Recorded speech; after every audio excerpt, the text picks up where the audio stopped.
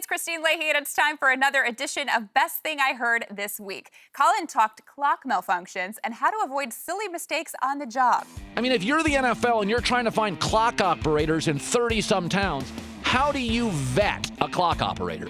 Bob, thanks for coming in. How are you with a microwave? Have you ever burnt popcorn? When I have a babysitter watch my kids, I can't prepare them for everything. Okay, my son's a little goofy, and my daughter can be a little cynical, but I would hope they know, don't let my son grab a fork and put it into the toaster. I mean, does the NFL have to literally tell the clock operator, yo, Gunga Din, it shouldn't be running right now. My guy, John, is a full-time guy. You're a total professional. Absolutely. I can call for anything. Give me a siren right now. Unbelievable. Give me a wacky sound effect, John. Give me something that sounds incredibly terrifying. Yeah, that wasn't great, John. I'm not going to lie to you. Didn't really cap off the bit there like I was hoping for. We hear tales of Colin and his relationship with a kitten.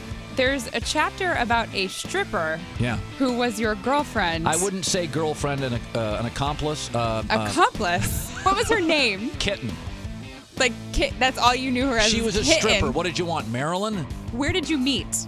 I just met her at a very wholesome organic food store or something. I don't want to get into it. But the thing is, like, it's obviously important enough that you felt like you need to put it in your book. Could it not work for like the next 7 minutes? I mean, if you're going to write about a stripper, people are going to ask. That's true.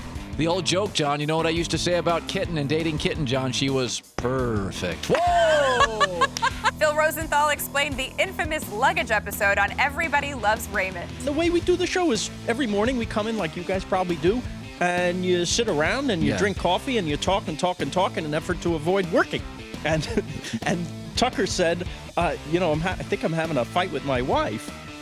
And I said, that's great. We're looking for those always. Yes. That's where most of the show came from. Right. Was the stuff that happened to me or Ray or one of these guys, one of the writers. I think I'm having a fight, he says. What's going on? Well, we came back from the vacation. I put my suitcase down by the bed, and I go to work. I come back. It's still there. How long's this been going on? Man, about 3 weeks. and no one's moving the suitcase. One guy in the room who was not married said, what the hell is wrong with you? Why don't you move the suitcase? And all of us who were married, in unison said, you do not touch that suitcase. This is war. And we got another installment of Colin Hates Derrick Rose. It's time for another edition of the Colin Can't Stand Derrick Rose and thinks he's the most overrated human being on the planet and a glorified shoe salesman, and it's a crock that he ever won an MVP award. And because everybody's always like, how wonderful he is, Colin wants to take every opportunity he can to destroy him. Update. Derrick Rose says he's seeing double when he opens both of his eyes these days after he fractured his face. So Derrick Rose is seeing double, but he only plays in half the games. There's some sort of mathematical equation where the fans are getting screwed. Now he can see 8 people he won't pass to. Oh, come on. Well, what can he do to make you happy? I don't know, play on a nightly basis. How about that? How about we start with occasionally playing when I pay $800 for a front row seat? Make sure you tune in and catch us weekdays at noon Eastern.